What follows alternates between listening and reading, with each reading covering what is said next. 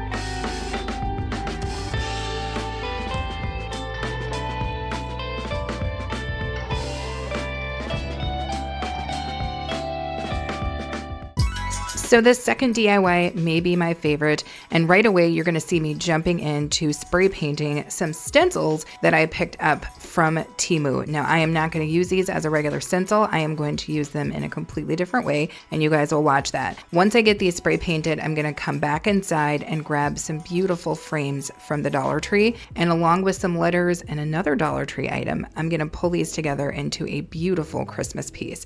Let's watch.